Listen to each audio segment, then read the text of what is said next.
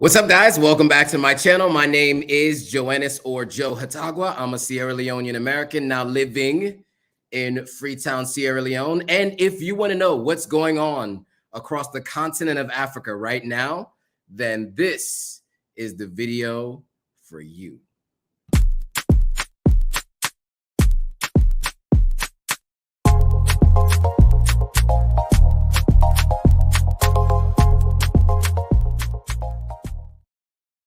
Thanks for watching the replay. If you're watching the live, welcome to the live. We are live. We're talking about everything happening on the continent right now. Now, where I am in Sierra Leone, power's been going in and out. So I'm on a MiFi right now, but I do want to switch over to the main hotel Wi-Fi. So we're going to attempt to do this to ensure that I have a better connection, because my connection is not really great on the MiFi. But can you guys hear me? First, let me know that you guys can hear me. Can you guys hear me? If you guys can hear me, give me a thumbs up so I know you can hear me. We're talking about things going on in the continent, what's happening in Africa right now. So I want to talk to you all about all the things that are happening, but I also want to know that you guys can hear me. So once I know that you guys can hear me, let me know. And then also let me know where you guys are watching from. I'm always interested to hear where you guys are watching from. So again, I'm in Freetown, Sierra Leone. I moved here about 11 weeks ago, just about 11 weeks ago. All right, cool. So Jean Liz Clark says you can hear me. Jay Brown says you can hear me, but it's breaking up. Okay, so what I'm going to do now is I'm going to switch over to another network. Hopefully you guys are still going to be able to hear me and it's going to be a better connection. Unfortunately, on YouTube, my computer is not allowing me to switch to another network. So, okay, here we go. The networks are slowly but surely showing up to me right now. So we just had a power outage literally 2 minutes before I went live. So you guys are going to have to bear with me a little bit. The internet connection has been crazy. We're going to talk about what's happening in Africa right now. There's a lot to talk about. We're definitely going to talk about it. Okay, so Douala Cameroon is dialing in. All right, cool. We got Dietrich Jenkins is from Macon, Georgia in the United States. Actually, my freshman year in college, my roommate freshman year in college was from Macon, Georgia. You got Willie G. Willie Wig actually is from VA. We got Tish is calling in is watching from South Carolina. Nice. All right, cool. I'm swapping over to another network. Hopefully you guys can still hear me. On TikTok, we're live on TikTok, we're live on Facebook, we're live on Twitch, YouTube, Instagram. We got somebody calling from Milwaukee. I've never been to Milwaukee before. All right, cool. I'm changing over to the other network. Let me know if you guys can still hear me. It sounds like it's reconnecting.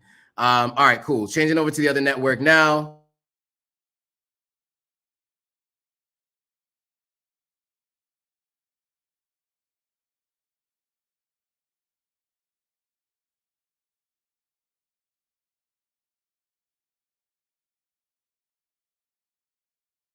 Nigeria. We're going to talk about what's going on the continent of Africa right now. Miss Shonda says you can hear me. Cool, cool. So for those of you who are watching on TikTok and on Instagram, if you want to see what I'm presenting on the screen, you're going to have to go to the link in my profile, and it says go live with me on YouTube right now.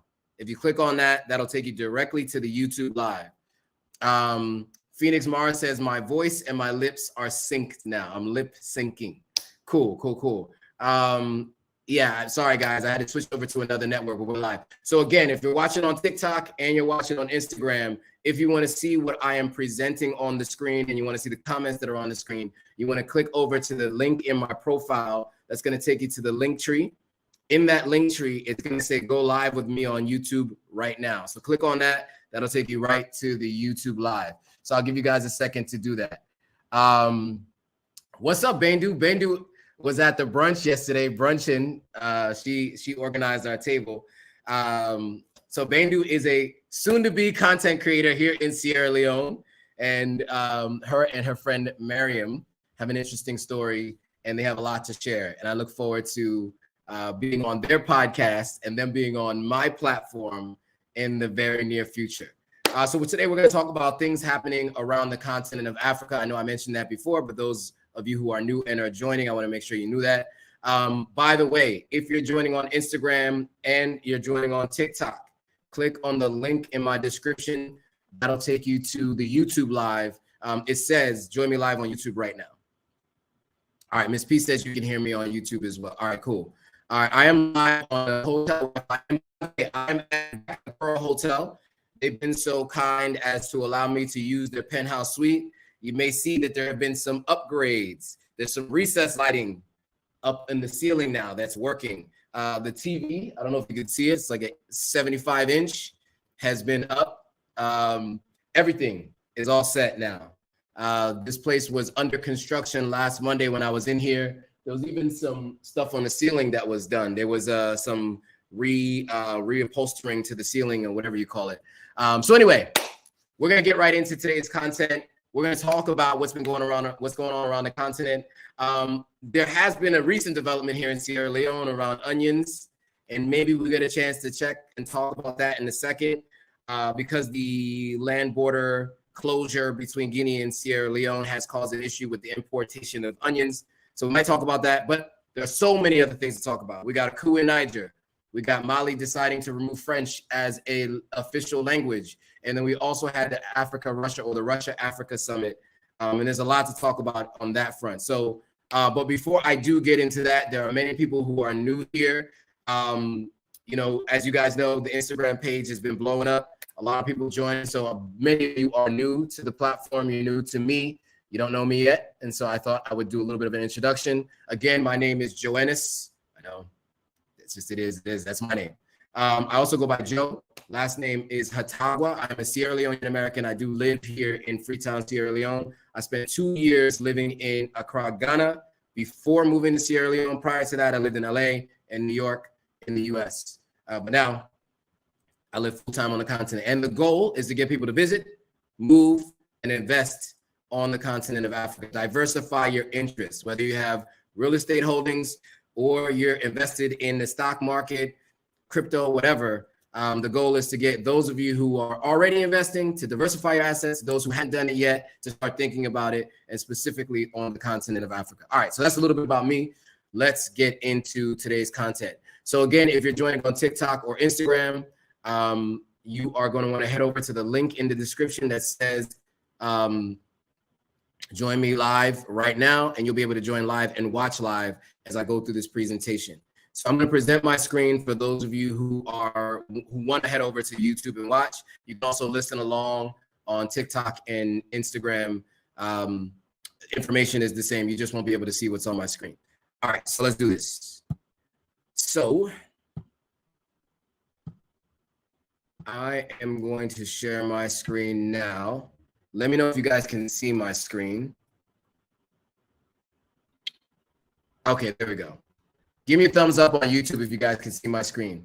And while we do that, I do just want to say we blew past our goals for Instagram this year. I want to just thank you all for joining, for sharing, for saving, for commenting on all the comments. There's a lot of interesting discussions going on. I have people who tell me they're just here for the comments. When they go to look at the comments on Instagram, it can get a little bit aggressive and crazy, but there's a discourse happening, and that's the point of the page. So all of you who have participated, I appreciate it. I might have mentioned this to you all before. The goal was to get to 70,000 followers by the end of 2023. That was the goal at the beginning of the year. While I was at 50,000, we blew past that goal by like May. We were at 70. We crossed over the 100,000 follower threshold on Instagram last week. We're approaching 110,000, so just about 10,000 new followers in the last 7 days or so. And so that's why I'm always reintroducing myself to the group. For those of you who've been around for a while, I know it can be tiresome hearing me reintroduce myself, but there's so many new people, and I want to make sure that they're aware of who I am and what I'm about before they start watching these lives. All right. All right, so everyone on YouTube says they can see my screen. I see Tommy D. Collins says you can see my screen. Victorine Yes, you can see it. Cool. And Miss P said you can see it. All right, cool. All right. So shout out to everybody joining on Instagram and YouTube. It's going to be very difficult for me to keep up to all the people joining on Instagram. So if you want me to see your questions, I want you to join, click the link in the description and join the YouTube live, because that's a little bit easier for me to curate all the questions and comments and things that people are saying. Every once in a while, I'll jump back on the TikTok and Instagram to just look at them. But, you know, going on right now. So it's really challenging to get presenting on the screen here. So just so you know, I want to just make sure you guys are aware of that. It's not that I'm ignoring you. It's just I have to try to focus on what's on the computer screen. So if you guys are joining on Instagram or TikTok, click on the link in my profile. That'll take you to the link tree. On the link tree, click on join me on YouTube Live. All right.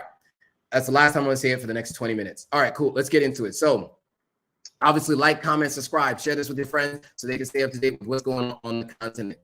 All right, so really quickly before we get into everything, because people are still new, there's a couple of things that I want to mention to you all. There's some consulting services that I have launched in the last couple of weeks and some new partnerships as of yesterday. And so I'll walk you through some of those things, and you guys can all decide if you want to participate, if you're planning to move or visit West Africa, specifically these two countries for now, Ghana and Sierra Leone. So first, Ghana Consulting Services. So as I mentioned before, I have airport concierge services. We have things that we can do for your local needs, phone number, etc. Local recommendations on restaurants, nightlife, tour recommendations, hotel recommendations, where you should book an Airbnb. All of that I can make available to you. Ghana residency services, business feasibility, and if you want to import goods, and then business registration services. There's a lot there. We talked about this 2 weeks ago. If you want to know more about that, you can just click on the link in the description and then go to that live where I talked about all the consulting services. It said, let me help you move to either Sierra Leone or Ghana. So if you click on that, that'll do a deeper dive into all the services. Now, moving to Ghana, we can help you with renting, buying land, or buying a house. And then Sierra Leone consultative services, I have everything from Sierra Leone, from airport transfer to handling vehicle rentals, etc. Moving to Sierra Leone, vehicle purchases, resident permits, work permits, 1 month visitor visas, passport renewals, driver's licenses, and a number of things that we can do. And then buying land. I'm also in the final stages of fully, what do I want to say? Formalizing the process for helping people buy land. All right, cool. So that's the consulting services in Sierra Leone and in Ghana. Now, if you want to know more and you want to talk to me one-on-one instead of in a forum like this, on Instagram and or on TikTok, you want to click on the link in the description. Sorry, you want to click on the link in my profile, and then you'll see in the link tree, it says book one-on-one, 1 hour long consultation about Africa. Just click on that. That'll set you up with a one-on-one consultation. It sets up a direct Google meeting with me. Where you and I have a one-on-one personal consultation. I've had 7 consultations in the last 2 weeks or so, and I'm open to having more if you are interested. Also, if you're watching on YouTube and you're watching the replay, that link will be in the description of the video. So you don't have to head over to Instagram or TikTok to go find the link. It'll be in the description of the video. So just check that out after we finish this live. All right, cool. So a couple of travel dates that I want to remind you guys of if you're able to join, if you guys want to meet in person and we can have these kinds of conversations in person and see, especially if you're a content creator and you want to see what that process looks like, at least how I do it, we can definitely meet in person. So I'm going to Tanzania October 7th through the 16th. Obviously, I'm going with Maximum Impact and Jay Cameron. We went live last week on Monday to talk about what that trip is going to be like. So if you're interested in hearing more about that, just head over to that. If you want to see the details of it, there's a link on my link tree. It just says Authentic African East African Adventure. Click on that. That'll take you to the details in written form. But if you want to watch the full live that I did with Jay, head over to that video. Also, I'm going to Kenya December 28th through January 8th for the call to action with Traverse Culture and Kia Wakesho Simmons and her team. We are going to be doing a lot there. We talked all about it. If you want to know more about it, again, there's a link in the description. Join me in Kenya for New Year's. All right. So just to get that out of the way, that's all done. Let's talk about the news around Africa because there's a lot going on and there's a lot to cover. So let's get into it. First, I saw a lot of people applauding this, and rightfully so. Mali has officially removed French as its official language. So what does that mean? We're gonna dive into that a little bit so you guys are a little bit more clear on what that means. You gotta see that I posted this on my social media manager, posted this on my Instagram page. So you might be wondering what this means. Let's talk about it a little bit. So with its new constitution, Mali has dropped French, which has been the country's official language since 1960.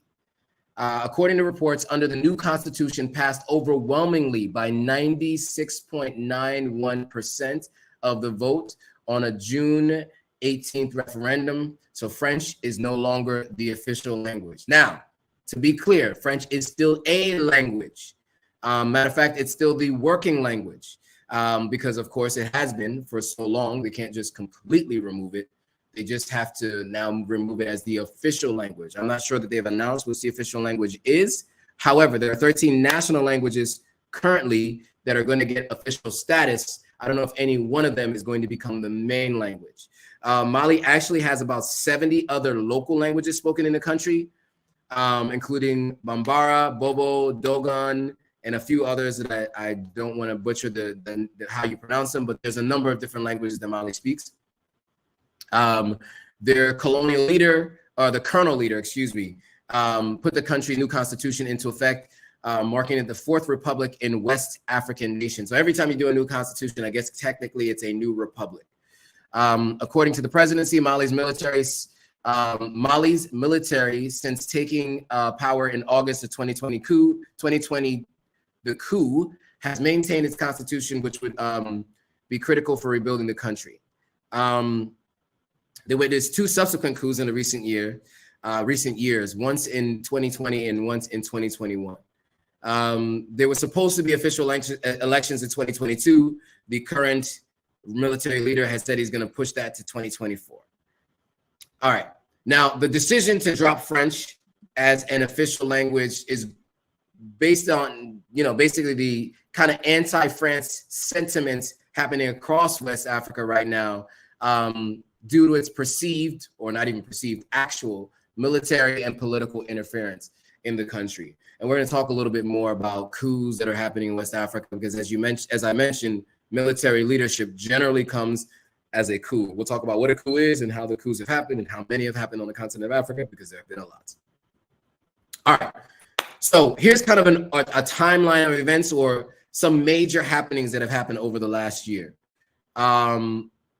So before I move on, though, we're going to talk about, so Victorine says Bambara will be the official one because everybody speaks it. Okay, there you go. So Victorine says Bambara will be the official language in Mali because it's the main language spoken there by most people. There you go, outside of French.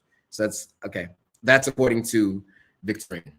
All right, so here's a couple of different things to keep in mind.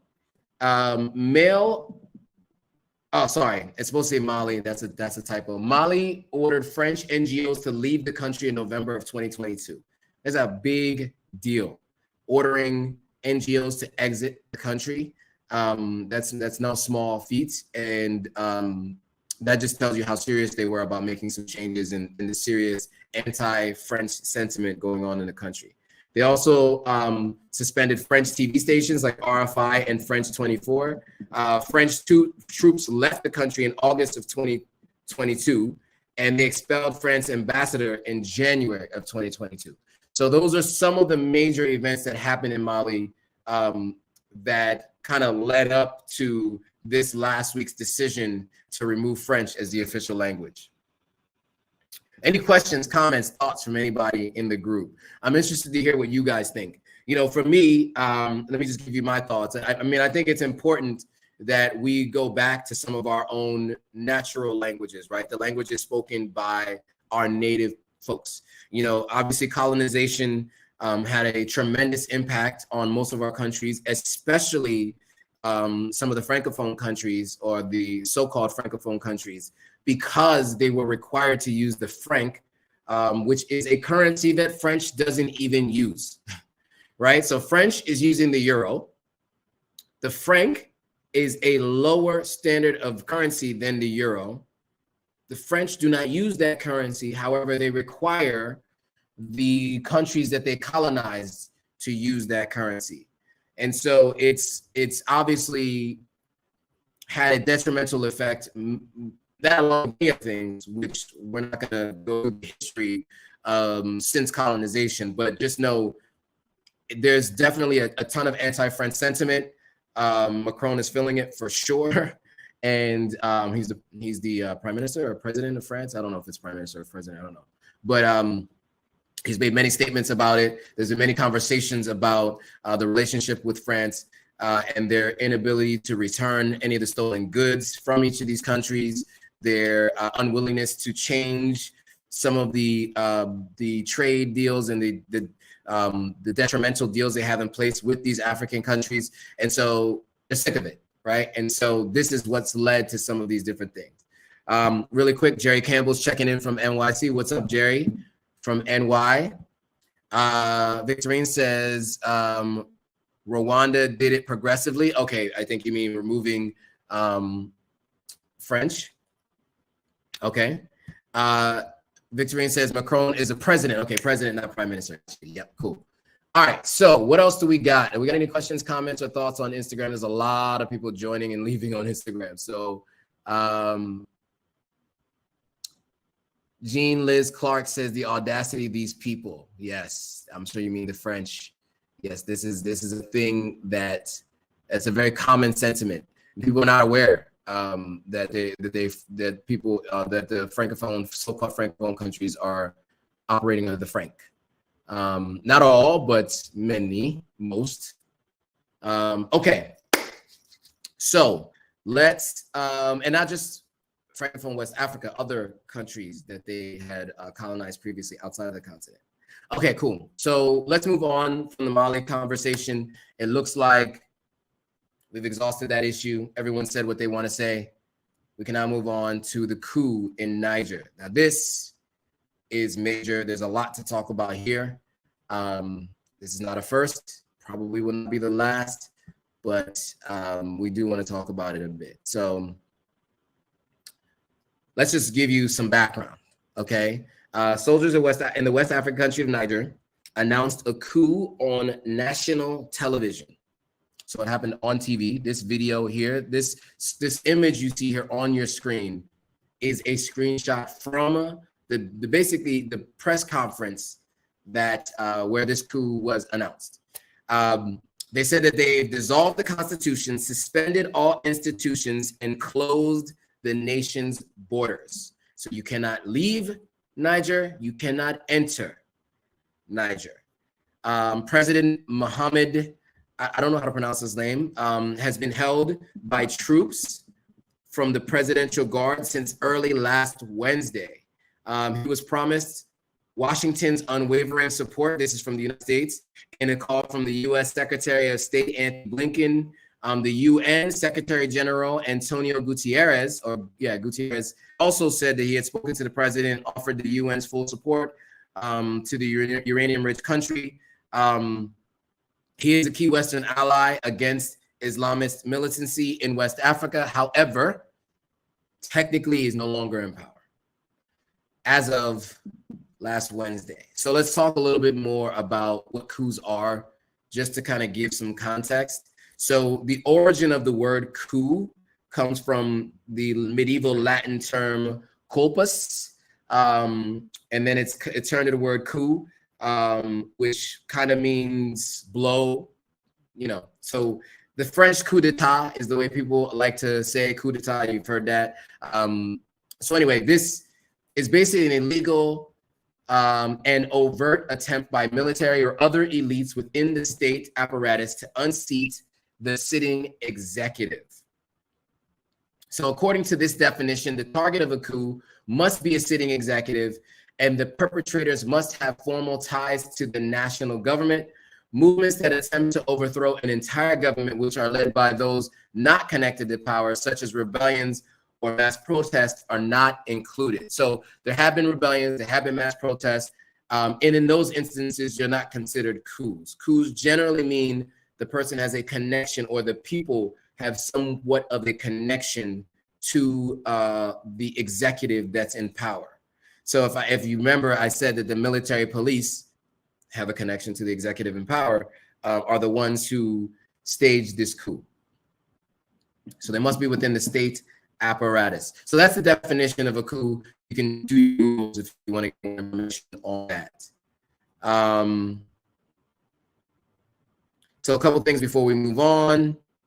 Victorine says 14 countries under this colonial money. That is more than 200 million people. Okay, we're back on the Mali topic. So some people were mentioning and talking about Mali. So yeah, 14 countries under colonial money. That's more than 200 million people who are currently using the franc.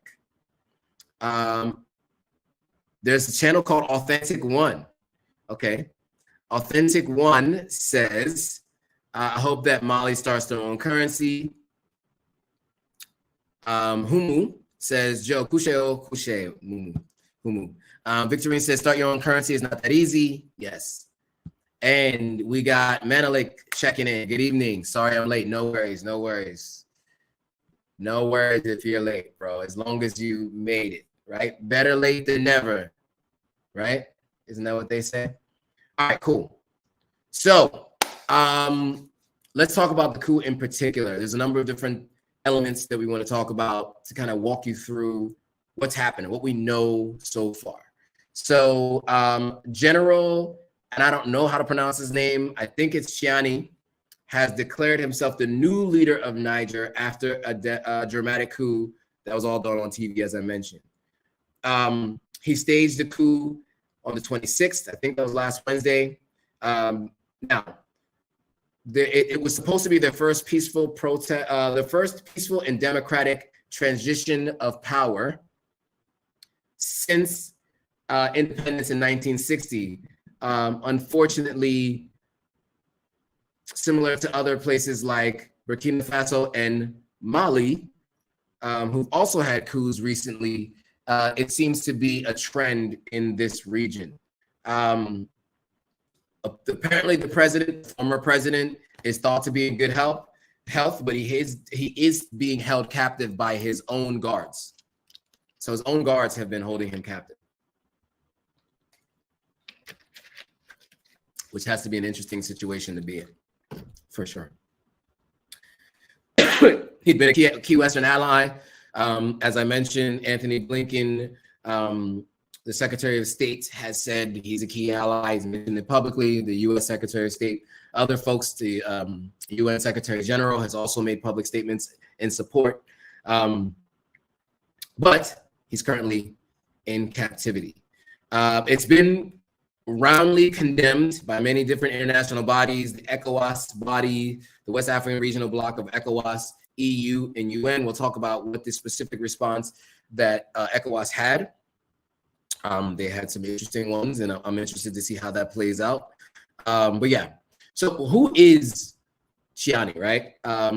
Because this person who did just take over, it might be interesting to know who this person is, right? So there's a little bit about him. So he's 62 years old. He's been at the helm of the Presidential Guard since 2011 and was actually promoted to the rank of general in 2018 by the former president. So the president before the most recently overthrown president.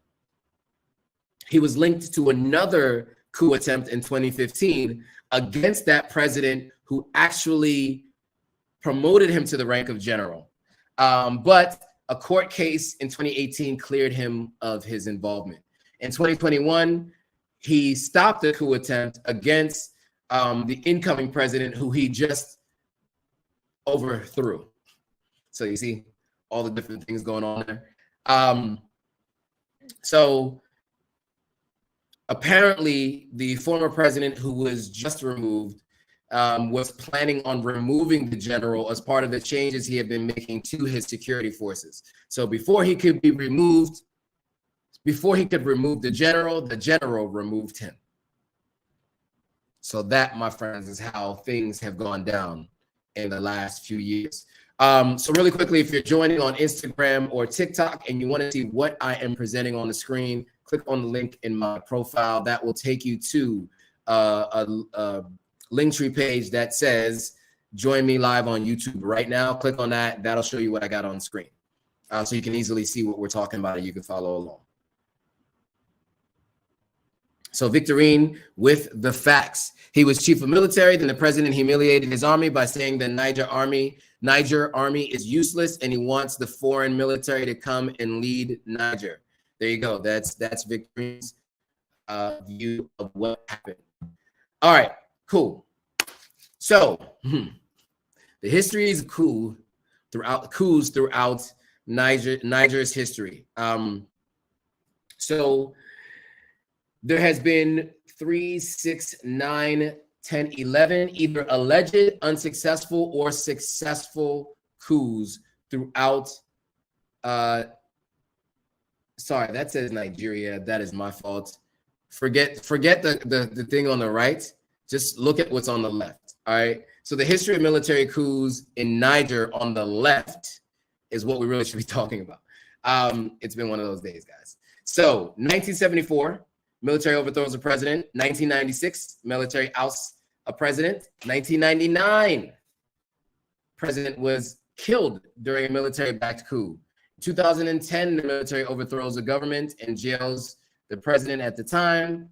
And in July of 2023, soldiers declare a coup on national television. So they've had 5 major coups throughout their history, and that is the history of coups in Niger. Now, West Africa, ECOWAS, has reacted swiftly after returning from the Russian-African Summit. There was a meeting on Sunday, an emergency session of the members of ECOWAS led by Bola Tinubu. As you guys know, the president of Nigeria is also now the person leading ECOWAS. He led a meeting, emergency meeting, and they said that they're going to take all measures, including the use of force, is on the table to restore constitutional order in Niger. So now here's exactly what they are saying. Before I get into that, though, let me see if there's any other questions or comments. Victorine has some more because he wants his son to be, who is a military of, who's Ministry of Mines, to be the next president. Okay, there you go. So there was, according to Victorine, there's some nepotism going on there. Looks like Victorine has some inside knowledge of what's going on in Niger. All right, cool. So let me just read through some of these bullet points here. So West African leaders have threatened military action against Niger's junta after he took power, or they took power in the coup last week. The leaders gave them 7 days. So from Sunday, 7 days. So by next Sunday, they have 7 days. Sorry, yeah, to reinstate the former president who is being held captive. I will say that the Niger's military did say they would resist any plan of aggression against Niger by any regional or Western powers. Okay. Leaders from ECOWAS, the bloc of West African nations, held a crisis talk in Nigeria's capital, Abuja, on Sunday to discuss the latest coup, which follows army takeovers in neighboring Mali and Burkina Faso. So you have 3 countries neighboring each other who've all recently had coups. Guinea also had a coup a few years back. And so these are all countries that have military leaders installed at the helm, and more countries too on the continent of Africa. We'll talk about that in a second. In a statement read out loud by the ECOWAS team, they said zero tolerance for coups. Such measures may include, okay, so they said the regional bloc said they will take all necessary measures to restore constitutional order. Such measures may include use of force. A special representative and the head of United Nations Office for West Africa and this SAHEL was at the meeting and said ECOWAS had taken decisive action because events in Niger were concerning. Niger or Niger, depends on how you want to pronounce it, but some people say Niger, some people say Niger. Tomato, tomato. All right. So let's talk about the history of coups on the continent of Africa, right? Because I just mentioned Mali, I mentioned Burkina Faso, I mentioned also, of course, Niger, but there have been many other coups on the continent of Africa. In fact, of the 486 attempted or successful coups carried out around the world since 1950, Africa has seen 214 of them, the most of any region, with 106 of them actually being successful. So 108 failed coup attempts happened on the continent of Africa since 1950, and 106 successful attempts have happened. And you can see how many failed or successful attempts have happened in the different countries mentioned. Now, you can see Sierra Leone, where I am currently, has had 10 either successful or unsuccessful coups, or attempted coups, I should say, or supposed coups. Ghana also has their number is 10 as well. I think both countries have both had 4 successful coups, if I'm not mistaken. But you guys correct me if I'm wrong. They've been increasingly limited to what is considered the poorest countries in the world.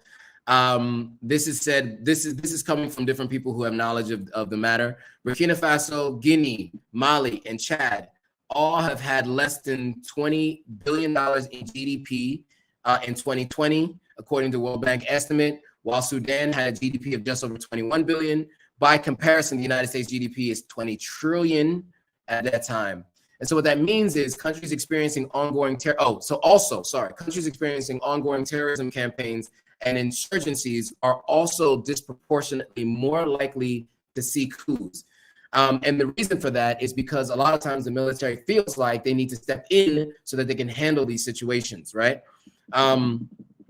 Most of Africa no longer sees coups as a threat, according to some people who have that information. They still experience many of the coups kind of make you lead people to believe that they don't see it no longer as a threat or an issue because it happens so often. So really quickly, out of the 54 countries on the continent of Africa, 45 had at least one coup attempt since 1950.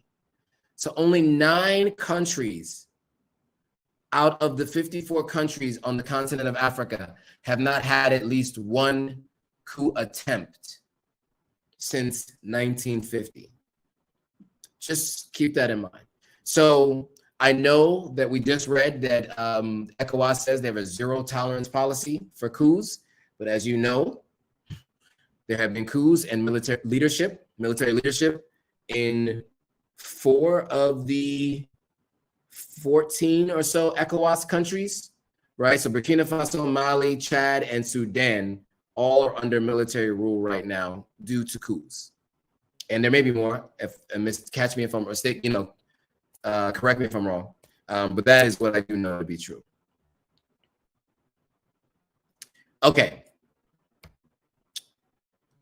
So I want to give you guys a chance to comment on that before we move on to the Russia-Africa summit, because I think that's an interesting one. There's a lot of conversations about this Russia-Africa summit and how people are so excited about this whole thing.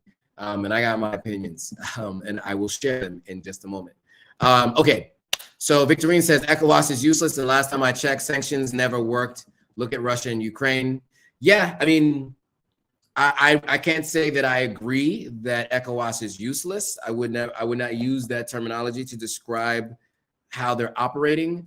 But I would say I think many people agree with the sentiment that there's more that can be done. There's a long way to go. Comparing themselves to the East African Federation or the EAC, the East African Conference or Community, I think they call themselves.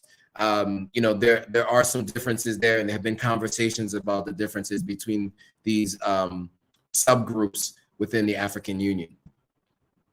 Promomanje says, notice the most couped countries are the poorest. Instability, breeding ground for poverty. Yes, that was what was stated by those who consider themselves experts on the matter. So yeah, I think you hit it right on the nose. At least according to them, that is what they say. Anybody else have anything to say about these coups? I guess I'll add this. We had our presidential elections here in Sierra Leone a couple of weeks ago, and I will tell you that there was concern that could potentially happen here. And I think the reason for that was just because it's happened all around us, right? And I think, Sierra Leone has had at least 4 coups in our past history. And so that is a reason for the fear that a coup can happen again. For all its flaws, the United States is very big on setting precedents, right? Now, all those precedents, but for the most part, they have these precedents set in place because when you do it once, it can happen over and over again. And that there's a positive connotation for that, and there's a negative connotation for that. I think I mentioned this before. Roger Bannister, I don't know what year it was, ran a mile in under 4 minutes for the first time in human history, at least clocked human history. The year after Roger Bannister ran the mile in under 4 minutes, 36 people, was it 36 people? Whatever, it was over 30 people ran the mile in under 4 minutes. Let's talk about Black billionaires, right? There was Bob Johnson when he sold BET to Viacom.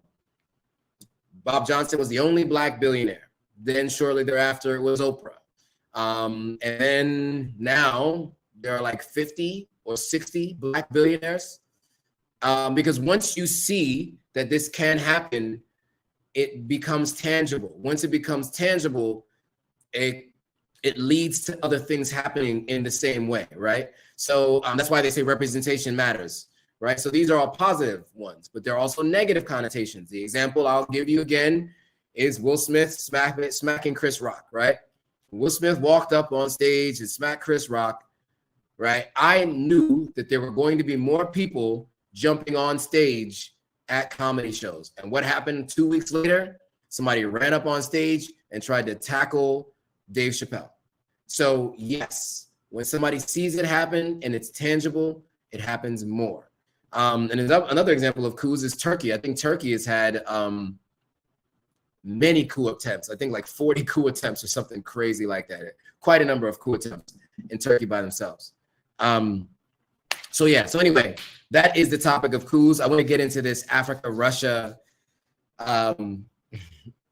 summit because I think there's a lot to talk about here. There's a lot to talk about here. So we're gonna jump into this. Okay, really quickly before I move on though, there's a comment on coups. Robert Grissom says, there is a coup concern, but is there any political unrest now in Sierra Leone because of the election results? I think it depends on what you consider political unrest. There are definitely some disagreements between the two parties. There was a document signed by many people in the opposing party that said that they were resigning from their positions and would not be taking place in their respective roles. So things like that have happened, but in terms of, I think the country's kind of operating as normal for the most part in terms of what I've seen. I mean, I went to a brunch yesterday. Hospitals are running. People are moving as they have been, maybe not at the level that people want, but everything has been moving. We got Mosey says, peace. What's up, Mosey? Is it Mosey? Let me know if it's Mosey. I want to make sure you're pronouncing it right. All right. So let's move on. Let's talk about the Russia-Africa summit, because this, I think, has been an interesting, very interesting summit. So let me maybe give some context to what this is even about. So this was the second Russia-Africa summit. It was held at the Expo Forum in St. Petersburg on the 27th and 28th of last week. So I think that was Thursday and Friday of last week. It was actually postponed. It was originally scheduled for October of 2022 at the African Union headquarters in Addis Ababa in Ethiopia. However, Vladimir Putin is unable to leave his country. If he does, he is under threat of arrest by, I think, NATO or one of these international governing bodies. So the African leaders had to go to Russia. Interestingly enough, it was attended by 49 delegations, but the participation of heads of state was actually lower than the previous summit in 2019, where there was 17 heads of state.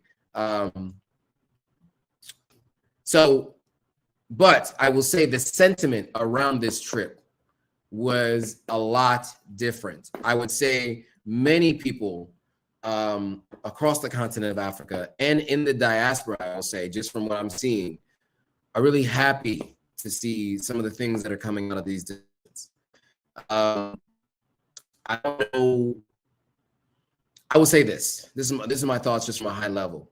I think that, you know, the West in general has taken advantage of the continent of Africa for many years. And it is good to see that Africa is waking up.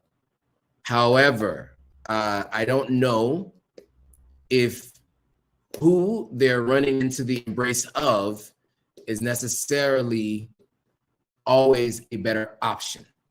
I think maybe independence is key, and you keep everyone at a distance and work together as a continent. That's my belief system. I'm being very careful with where I'm phrasing things and what I'm saying, because I want to live.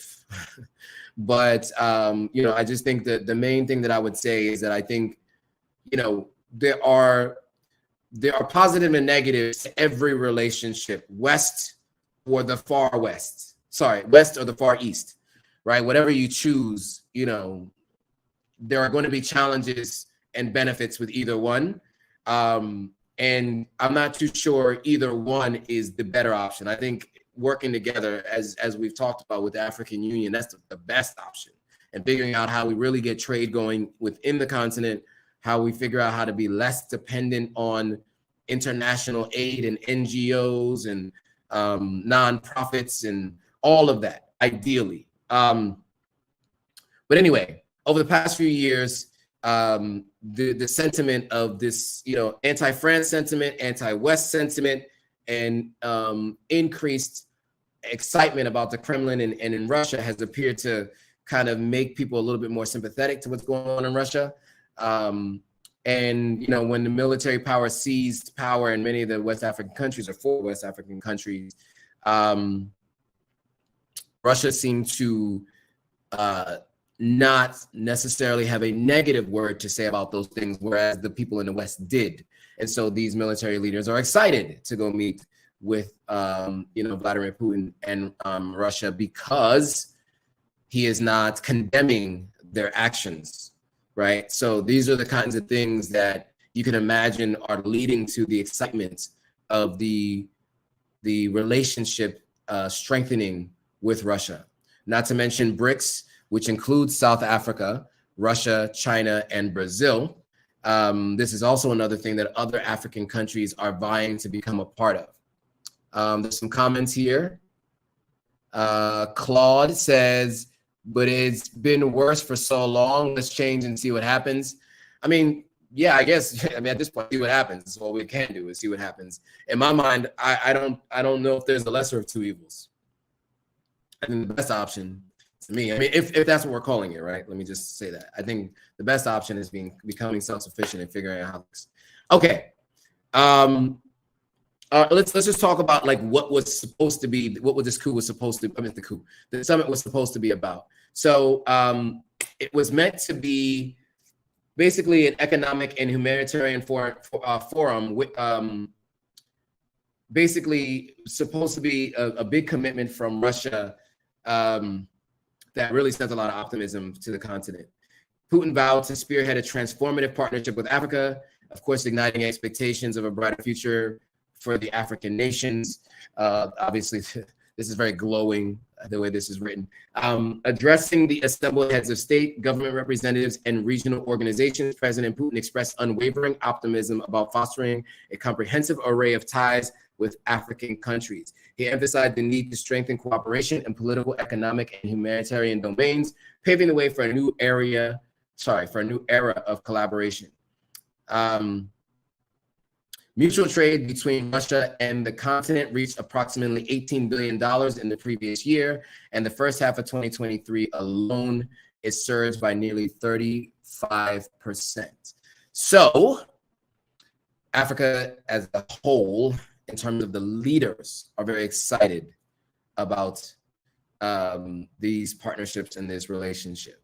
The key focus areas of the summit was, well, first of all, Putin promised to transform Africa, right? But the key focus areas were energy, subsoil utilization, and agriculture. He underscored the significance of research, technology, education, and culture in collaboration between Russia and African nations. By working together, they aim to make practical decisions that bolster trade and economic cooperation, food and energy security, and develop robust national healthcare systems. This is hugely important. Africa's immense potential was acknowledged during the summit. Putin highlighting an impressive annual average GDP growth of 4 to 4.5% over the past 2 decades, outpacing the global average. As Africa's population approaches 1.5 billion, the continent's rapid growth is unparalleled. All right. So what actually came out of the summit? Three main things came out of the summit. Let me just check to see if there's any other comments and thoughts before we go on.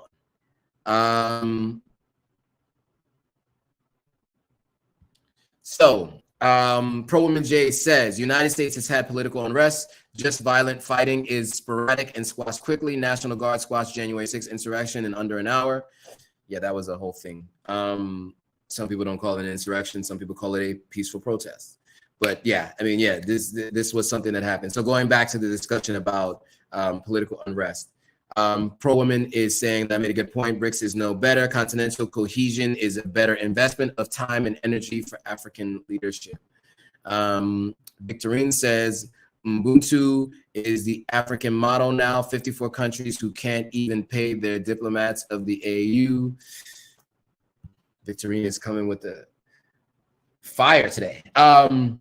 Okay, so let's talk about the 3 main things that came out of the Russia-Africa Summit. 3 main announcements. These are announcements and a signature on something, but no actual policies and agreements were actually signed beyond a specific agreement, which we'll talk about. But let's talk to the first of the 3. So the first thing that came up is Putin has promised to forgive $23 billion in debt owed by African countries. So that's a lot of money, a substantial amount.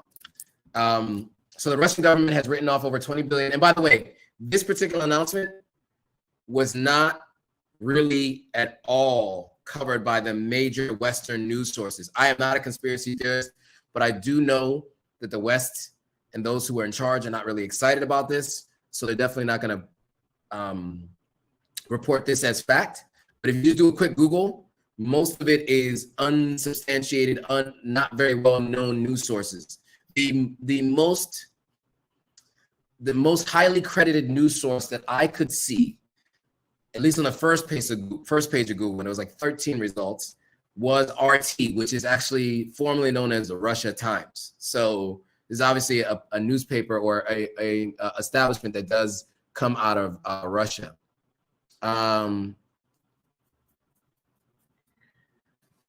So yeah, so let's talk about it. So he said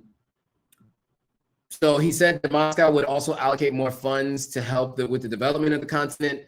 The total, and this is what he said specifically, the total amount of debt of the African countries written off by Russia amounts to $23 billion, with another 90 million to be allocated for the same purposes, Putin said, with reference to the historical trade and finance links between Moscow and Africa. On Thursday, the president said Russia would provide hard-pressed countries on the continent with free grain as well. And we're going to talk about that next. So that's the next of the 3 major announcements. So on Thursday, he promised free grain to 6 nations. He promised to ship 25,000 to 50,000 tons of grain for free to each of 6 African nations in the next 3 to 4 months. That amount dwarfs the 725,000 tons shipped by the UN World Food Program to several hundred countries, African and otherwise. So I don't know how many of those are in Africa. This is AP News basically wanting to counteract this news story. But Russia plans to send the free grain to these countries. Burkina Faso, interesting, recently had a coup, which Russia did not condemn. Zimbabwe, Mali, recently had a coup, which Russia did not condemn. Somalia, Eritrea, and the Central African Republic. So that's where they're sending this 25,000 to 50,000 tons of grain. He's also promising to maintain grain supplies to Africa after he withdrew from the Black Sea grain deal. So there was a Black Sea grain deal that actually had a negative impact on bringing grain in. So this is kind of replacing that deal. So that's the second of the two. So the first is the $23 billion in debt, supposedly to be erased. And the second is the 25 to 50,000 tons of grain to 6 African countries. Now, the last announcement that came out of the summit was the signature of what is called the establishment of a more just, balanced, and stable multipolar world order, firmly opposing all types of international confrontation on the African continent. That's a lot. That's a lot. So I skimmed through this 74-part agreement document. It's a lot. It goes through many different sections and many different things. You guys can look it up. There's a link here. Sputnik News, which is a Russian news outlet. They basically list all the different 74 points. But some of the things that it's talking about is so the joint is a joint determination to counter neo-colonialism, the practice of applying illegitimate sanctions and attempts to undermine traditional moral values. That last sentence, undermine traditional moral values. So there's been a lot of conversations around the continent of Africa on this idea of traditional moral values and how the West has been sanctioning countries and also threatening to sanction countries that do not adhere to the West's belief systems in different topics like LGBTQ+, etc. And so this is kind of what Russia is utilizing. So there's kind of this economic piece, and then there's this social piece, right? Where Russia is really trying to pull at the different groups across the continent that have different things that are their main focuses, right? In some cases, it's on the economic front. In other cases, it's on the social and political front. And they've made it very clear that they're going to focus on both, which is smart. It's a smart move by Russia because then it allows them to further strengthen their partnership and relationships across the many different belief systems and groupings across the continent.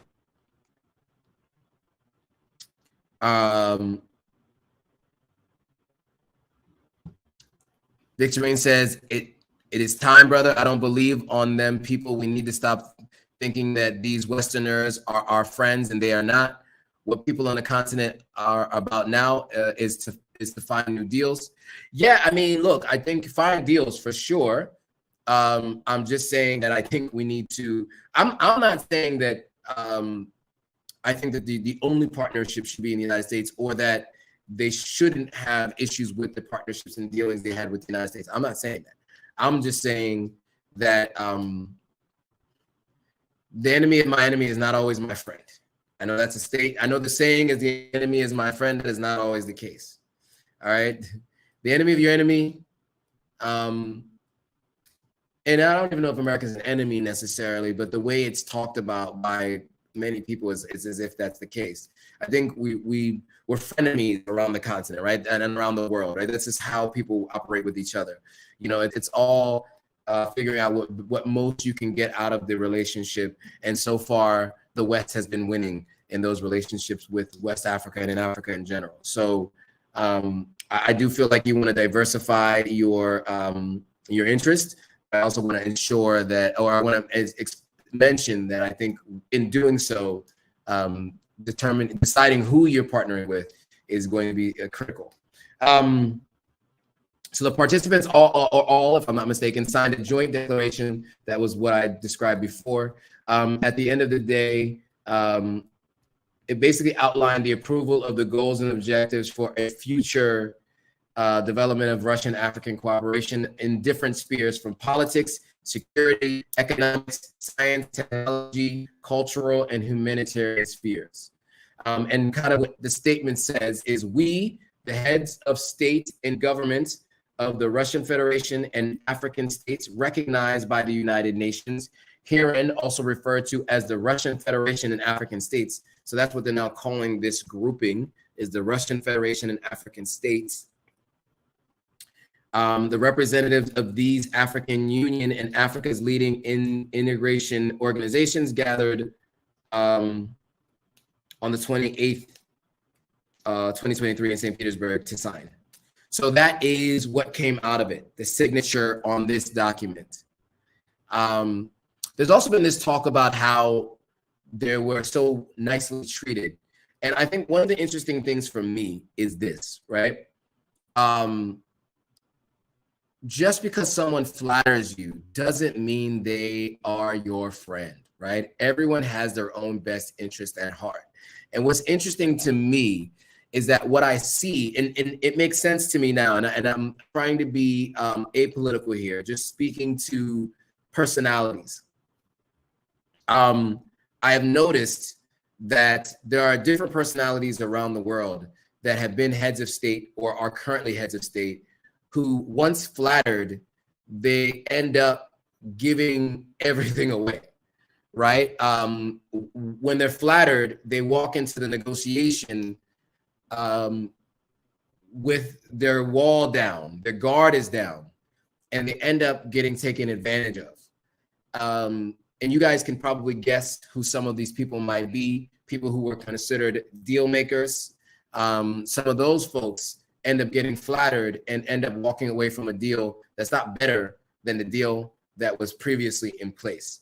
And so I just hope that that's not what is taking place here across the continent, because there was a lot of flattery, very nice setup, as you guys could see from some of these pictures. I mean, they were taken very seriously.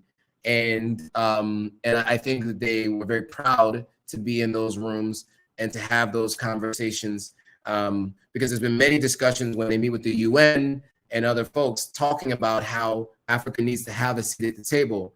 And it just feels like that falls on deaf ears when the African heads of state are meeting with the West. But when they meet with the Far East, it seems as though they're at least feeling like they're on equal plane and that they're taken seriously as formidable heads of state. And so I think if America wants to try to catch back up and better their relationships with the continent of Africa, they need to stop finger wagging and telling people what to do. And they need to start doing business with Africans, because they do not tell Saudi Arabia what to do because of the hundreds of billions of dollars in weapons that Saudi Arabia purchases from the United States, because there is a symbiotic relationship there. The United States knows better than to try to tell Saudi Arabia what to do, because it's going to fall on deaf ears. And I think the problem with the continent of Africa is the United States doesn't see Africa in that way, unfortunately, and sees Africa as like a less than, like a nephew or a niece, where it's like, I'm going to tell you what to do. And to me, I think that's an unfortunate place to be in, because then it leads to the leaders of the continent looking many other places to do deals. And so, and in some cases, it may or may not turn out so great. So I guess we'll find out as we go along. What else are we saying? Okay, Sick Lion says, why now, African leaders? Living Natural says, just catching you live. I'll watch the replay. Sounds like great info. Watching from Texas. Shout out to you, Living Natural, in Texas. Eric B says, this is a shame with all the natural resources Africa has. You mean to tell me these African leaders can't supply themselves with their own grain? Yeah, that's the problem, right? That is the problem in and of itself, right? That the need is to import grain from all the way across the world when you have a continent rich in soil and not producing enough of its own grain that it needs to be. And by the way, the amount that's coming from Russia is what I understand to be a small amount compared to what's coming from other international aid organizations.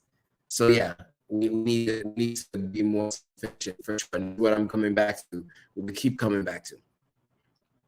Living Natural says that's why other countries are going to take final control of the continent. Let's hope not. Let's hope that Africans continue to stay in control or gain more control. So Victorine says Russia just changed its strategy. What a lot of people don't know is that Russia has been on the continent for years, and a lot of Africans went to school in USSR and never lobbied for Russia. Yeah, so that's a good point. I had a family friend who went to school in the former USSR. He went and became a medical doctor there. I remember all the people ousted from the Ukraine were going to school in the Ukraine studying engineering and medical degrees because they can apply that elsewhere, and they were able to get it for much cheaper than in other parts of the world. I was actually at an event where there was a Ukrainian university who had a booth there. They actually paid for a booth, and they were pitching Sierra Leoneans on coming to a university in the Ukraine. This is after the conflict had started, and we had already seen people trying to escape, right? But like, I think it's important to know that, you know, I'm saying the Ukraine, but Ukraine, former USSR areas, right? So everything Russia and the adjacent and connecting countries. These are places where Africans have gone historically to get education. Not all, not majority, but some. You know, I know some people who've gone to Canada. I know many other people who've gone to the States. I know people who've gone to the UK or other parts of the EU. But there is a significant amount of people that do go to Russia or the Ukraine to get their education.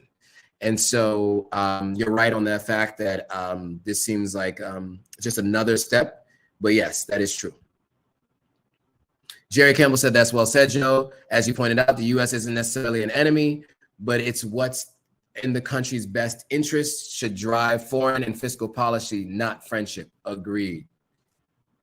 Russia needs friends to die. Okay, Sick Lion. I'm going to keep that moving. Jerry Campbell said, well, Seth said, read how the U.S. sees the continent. It's worth noting, though, one generally has to teach others how to treat you. That's a good point. You get treated how you let people treat you, right? And if, you know, if we as Africans aren't happy with how we've been treated by the West, then we need to change the narrative, right? And we need to ensure that the West no longer treats us that way. And that's a super important point. Fred Bowen says, Africans' knowledge of the past and do not take your minds off your oppressors as your friends. They are your allies. They are allies of one another. You see African governments with sickness in their minds. Okay, so I guess what you're trying to say is build better partnerships on the continent of Africa, which that part I agree with. All right, so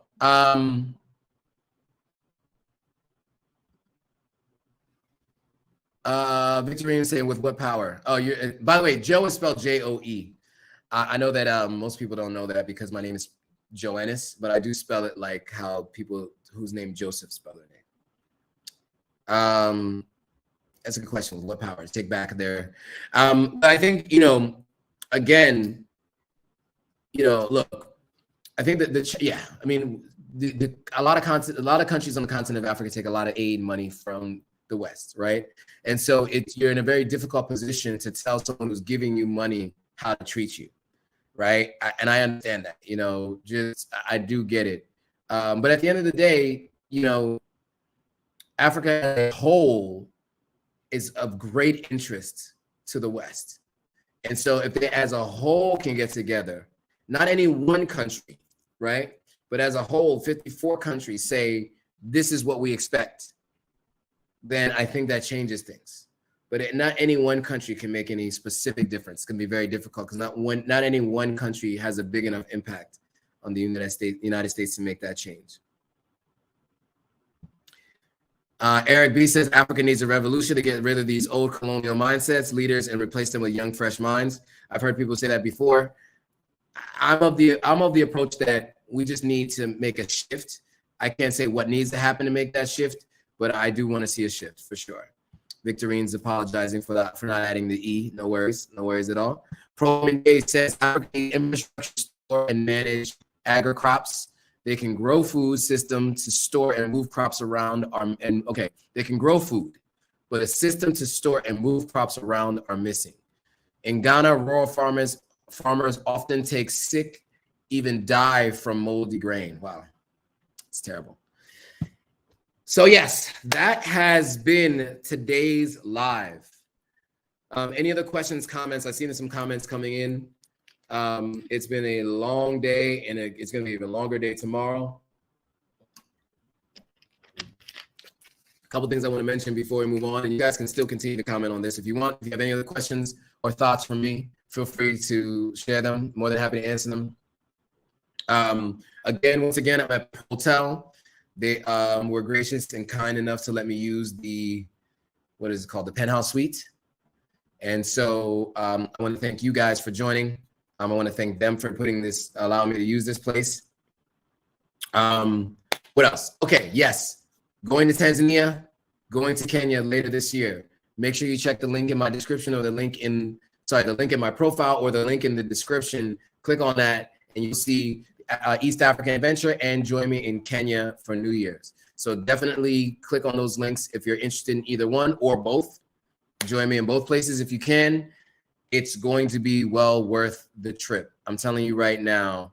You know, you're gonna be there. If you guys want to be on camera and do some of this stuff that we're doing, you guys are all gonna get the opportunity to do that if you come to Tanzania or Kenya. In both places, I plan to have people video for me so I can be involved and be on camera as well. I want to engage with people. You know, this is the way that I'm getting a chance to do my meet and greets that I wasn't able to do previously. So you guys should definitely sign up for any one of the two trips.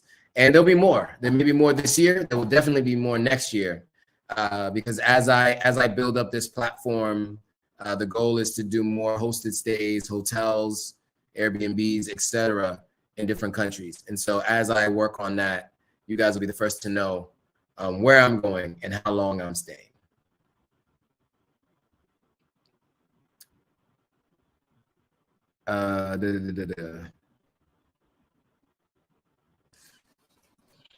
So Mosey is saying that Ibrahim gave a pretty good speech.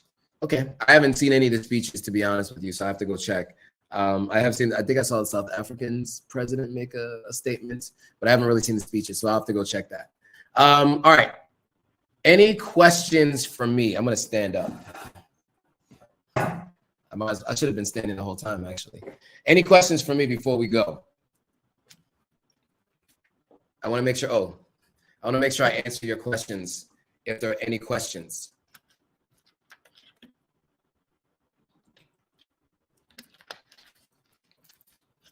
Sorry, as I was standing, I was off camera on YouTube, so now I had to kind of lean here so I can be, and I'm on TikTok, we're on Instagram, and we're across 7 other platforms for those of you who are watching live.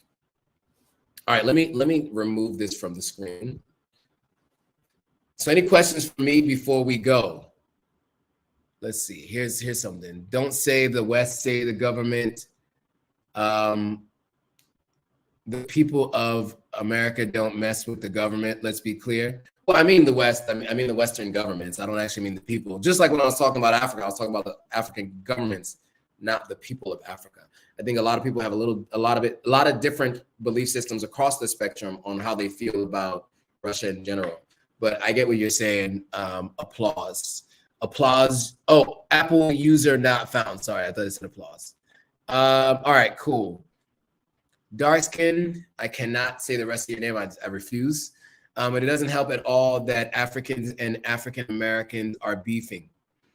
I mean, I don't know if the beef is as serious as many people make it seem. I think there are a few people who are beefing, but like if you are someone who comes to the continent as an African American, for the most part, you're welcome, you know, for the most part. And I see more Africans being welcomed in America, right? Like that's what I do see a lot more of that now too. So I think the beefing is like Black Twitter beef or in the comments on Instagram, but the people who actually go away engaging with each other, it tends to actually be beneficial, mutually beneficial. That's what I've seen from my experience. Jerry Campbell says, oh, Miss P says, great live. Thanks, Joe. Thank you for joining. Andy G says, sorry, I'm late. What did I miss? Please give me a quick summary. Man, I can't give you a quick summary. I can just say this really quickly. We talked about Mali changing, removing French as an official language, the Russia-African summit, and we also talked about the coup that happened in Niger or Niger, depending on how you want to pronounce it. All right, Jerry Campbell says, precisely, take debt forgiveness. If uniform agreement can be reached, it's possible the entire continent's debt could be taken off the books. Most of it was predatory at best anyway. Yes, so if you as a continent, we as a continent, in terms of the African leaders can get together and use the collective power to change some of these agreements with some of these countries in the West, I think you can really see some real power happening and power shifts happening. But I do think that it requires really good leadership and stable leadership as well, and peaceful transitions of power, ideally. Okay. Let's see, any other questions, comments, thoughts? So many comments. So Cerebral Cortex says, removing French as a language should have been done a long time ago. That's fair. That's fair. I don't disagree. But better late than never. Never late is better, but better late than never.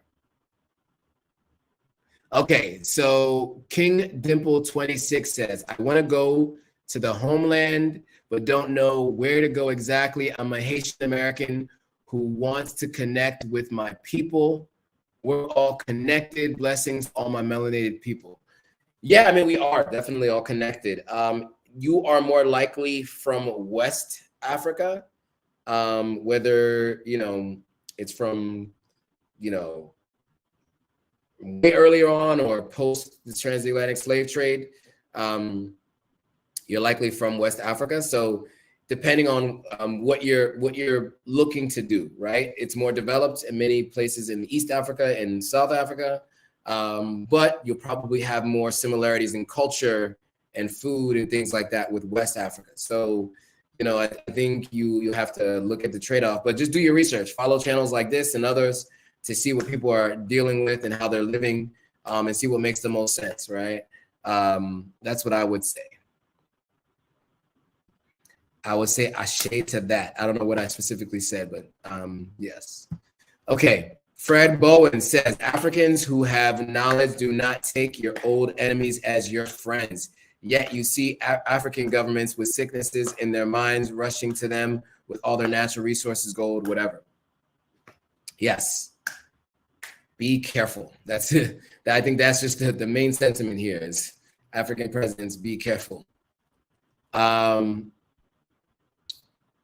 Cerebral Correct says the Ivory Coast is nice. No, sorry. Bumble and Prosper. Bubble and Prosper says the Ivory Coast is nice. Cerebral Correct says yes, it clearly shows the negative impact that France has had on the continent. Love for Kemet. The food is real in the motherland. Okay. Exactly. I love this. By the God's grace, if we liberate and transform Africa, I would love to live there, I guess is what you're saying. Okay. All right, guys. I think we should bring this thing to an end. We're about an hour and 20 minutes in. We've touched on the main topics from this last week. I'm exhausted. I have a campaign to set up and get ready to go, and some other follow-ups tomorrow. And some things are coming out this week. So stay tuned. I'm looking forward to sharing what's to come. So with that, guys, I want to thank you all for watching. I appreciate it as always. And so I will say, see you all on the next video. Okay, bye guys on Instagram, bye on TikTok. Oh, that didn't work out.